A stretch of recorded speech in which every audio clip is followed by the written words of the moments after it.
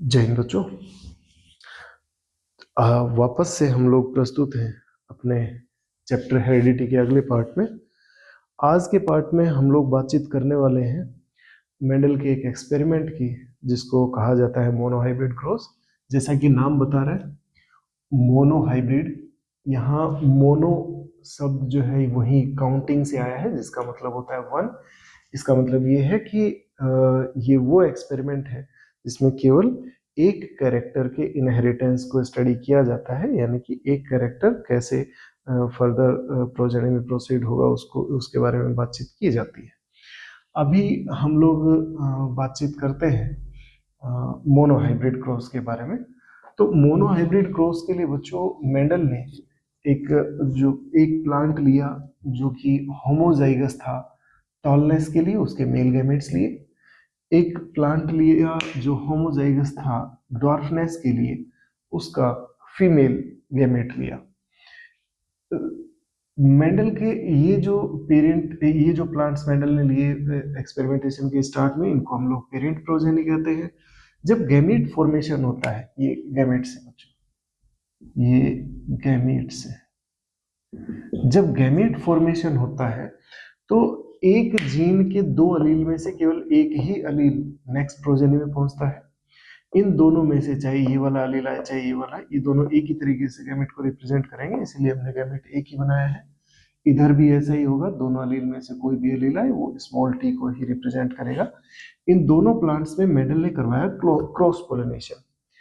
Cross pollination करवाने पर जो प्रोजेनी मिली उसमें एक अलील हाइट के कैरेक्टर की कहती है कि प्लांट टॉल होगा, दूसरी अलील कहती है कि प्लांट ड्वार्फ होगा। लेकिन मेंडल ने देखा सरप्राइजिंगली ये जो जनरेशन मिली इसमें सारे के सारे प्लांट टॉल थे। ये जो पहली जनरेशन मिली एक्सपेरिमेंटेशन में, इसको कहते हैं फिलियल वन प्रोजेनी। अब मेंडल ने इस फिलियल वन प्रोजेनी में कोई प्लांट देखने में कैसा है, देखने में सारे के सारे प्लांट टॉल हैं, तो देखने में प्लांट कैसे हैं इसके बीच में अगर रेशियो निकालें तो ऐसे रेशियो को हम कहते हैं फिनोटाइप। F1 प्रोजेनी के लिए अगर फिनोटाइप निकाले थे, क्योंकि सारे प्लांट टॉल है, तो या तो हम कहें कि इसका रेशियो 1 है, या फिर ये हम ये कह सकते हैं कि 1:0 है, यानी कि इसके कंपैरिजन में दूसरा कोई है ही नहीं। इसी तरह से अगर हम जेनेटिक कॉम्पोजिशन की बात करें तो प्लांट्स में जेनेटिक कॉम्पोजिशन के बेसिस पर उनके बीच के रेशियो को हम लोग लिखते हैं जीनोटाइप से। और जीनोटाइप इन प्लांट्स का F1 जनरेशन का क्या होगा, एक ही टाइप का है, कैपिटल टी स्मॉल टी, इसलिए हम कहेंगे या तो 1 या फिर 1:0। तो ये जीनोटाइप हुआ। मेंडल ने इस F1 जनरेशन में करवाया बच्चों सेल्फ पोलिनेशन। सेल्फ पोलिनेशन करवाया यानी कि जैसे मेल गैमेट होंगे वैसे ही फीमेल गैमेट होंगे। अब अगर इस प्रोजेनी से अगर गैमेट्स बनते हैं तो गैमेट में ये इस जीन की, ये जीन किसको रिप्रेजेंट करता है, हाइट के कैरेक्टर को। हमने बातचीत की थी अलील के बारे में हमारे फर्स्ट पार्ट में। इस कैरेक्टर की दो अलील में से केवल एक ही अलील गैमेट में आएगी। हो सकता है एक गैमेट में कैपिटल टी यानी कि हाइट टॉलनेस वाली अलील आए, हो सकता है किसी गैमेट में डॉर्फनेस वाली अलील आए। ठीक है, जैसे मेल गैमेट बनेंगे सेम उसी तरह के फीमेल गैमेट भी बनेंगे। अब इन गैमेट के फ्यूजन को आसानी से समझने के लिए पनेट नाम के साइंटिस्ट ने ये इस तरह का स्क्वायर बनाने का एक मेथड दिया था, इसीलिए हम इसको पनेट चार्ट कहते हैं। पनेट चार्ट अगर हम लोग बनाते हैं, देखते हैं इस मेल गैमेट के साथ अगर ये फीमेल गैमेट फ्यूज हो तो कंडीशन आती है कैपिटल टी कैपिटल टी। ये गैमेट अगर इसके साथ फ्यूज हो तो कंडीशन आती है कैपिटल टी स्मॉल टी। ये गैमेट इसके साथ फ्यूज होता है, कंडीशन आती है कैपिटल टी स्मॉल टी। अगर ये गैमेट इसके साथ फ्यूज होता है, कंडीशन आती है स्मॉल टी स्मॉल टी। यहाँ पर बच्चों एक बात इंपॉर्टेंट याद रखने की है, और वो ये है कि जब भी कभी भी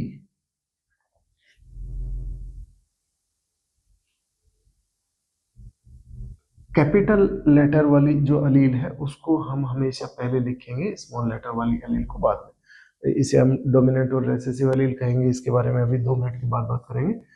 आगे की बातचीत करते हैं। ये जो दूसरी जनरेशन मिली बच्चों, इसको नाम दिया गया F2 जनरेशन, फिलियल 2 जनरेशन।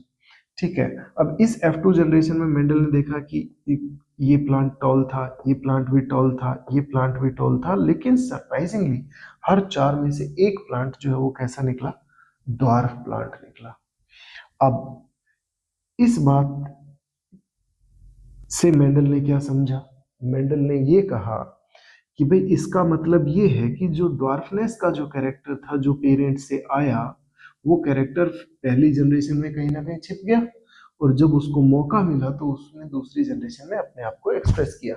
इस बात को मेंडल ने कुछ इस तरह से समझाया कि हेट्रोजाइगस कंडीशन में एक जीन ऐसी होती है जो अपने आप को एक्सप्रेस करती है, दूसरी जीन ऐसी होती है जो अपने आप को एक्सप्रेस नहीं कर पाती है। एक जीन जो अपने आप को एक्सप्रेस करती है वो अगर होमोजाइगस कंडीशन में होगी तो भी अपने आप को एक्सप्रेस करेगी, हेट्रोजाइगस कंडीशन में होगी तो भी अपने आप को एक्सप्रेस करेगी। ऐसी जीन को मेंडल ने कहा डोमिनेट जीन। ऐसी जीन जो अपने आप को हेट्रोजाइगस कंडीशन में तो रिप्रेजेंट नहीं करती है, लेकिन जैसे ही वो होमोजाइगस कंडीशन में आती है तब वो जीन अपने आप को एक्सप्रेस करती है। ऐसी जीन को मेंडल ने कहा रेसेसिव जीन। डोमिनेंट जीन को कैपिटल लेटर्स से लिखा और रेसेसिव जीन को स्मॉल लेटर्स से लिखा। अब जब भी कभी भी सेम कैरेक्टर की दो अलील होंगी तो हम डोमिनेंट अलील को पहले लिखेंगे और रेसेसिव अलील को बाद में लिखेंगे, चाहे वो मेल गैमेट से आए चाहे वो फीमेल गैमेट से आए। ये बात ध्यान रखने की है। अब सुनो, हेट्रोजाइगस कंडीशन में अपने आप को एक जीन डोमिनेंट जीन एक्सप्रेस करेगी, रेसेसिव जीन एक्सप्रेस नहीं करेगी। इसी बात को मेंडल ने कहा लॉ ऑफ डोमिनेंस। हम लोग मेंडेलियन जेनेटिक्स में टोटल 3 लॉ पढ़ेंगे, जिसमें से पहला लॉ है लॉ ऑफ डोमिनेंस। अगर आपको लिखना हो तो कैसे लिखोगे लॉ ऑफ डोमिनेंस को? That in heterozygous condition only one gene or one allele is able to express itself while another could not. The gene which express itself in heterozygous conditions such is known as dominant gene, and the gene which is unable to express itself in heterozygous condition is known as recessive gene. Okay, ये law of dominance कहा जाता है। तो बच्चों यहाँ तक के लिए मोनोहाइब्रिड क्रॉस के लिए इतना ही। अगली क्लास में हम लोग डाई हाइब्रिड क्रॉस के बारे में बात करेंगे। तब तक के लिए आप लोग देखते रहें, बने रहें। अगर आपको कोई प्रॉब्लम आती है तो उसको कमेंट सेक्शन में लिखें, हम वहाँ बातचीत करेंगे और अगले वीडियो में इसका जवाब भी देंगे। अगर आपको ये चीज़ें समझ आती हैं, अच्छी लगती हैं, तो अपने दोस्तों के साथ साझा भी करें। तब बने रहें, तब तक धन्यवाद। जय हिंद।